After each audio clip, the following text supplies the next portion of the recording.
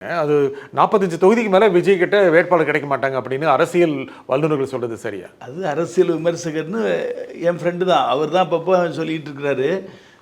அவர் only யார் நம்ம விஜய் மாத்திரம் மோட்டிவேட் பண்ணியே கார்னர் பண்ணிகிட்டு இருக்காப்புல. ரவீந்திரன் துரைசாமி அவங்க தான் இப்போ அடிக்கடி இப்படி சொல்லிகிட்டு இருக்காங்க.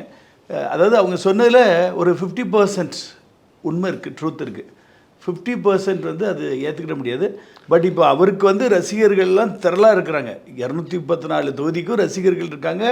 செல்வம் படைத்தவங்களும் இருக்காங்க, செல்வம் படைக்காதவங்களும் கொஞ்சம் மிடில் கிளாஸும் இருக்கிறாங்க.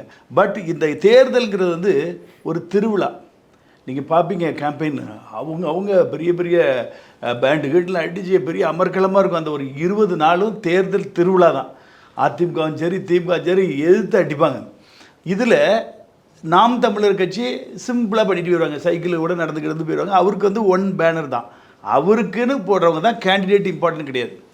அவர் யார் சீமான ரசிக்கிற அந்தந்த தொகுதியில் உள்ளவங்க ஓட்டு போடுவாங்க.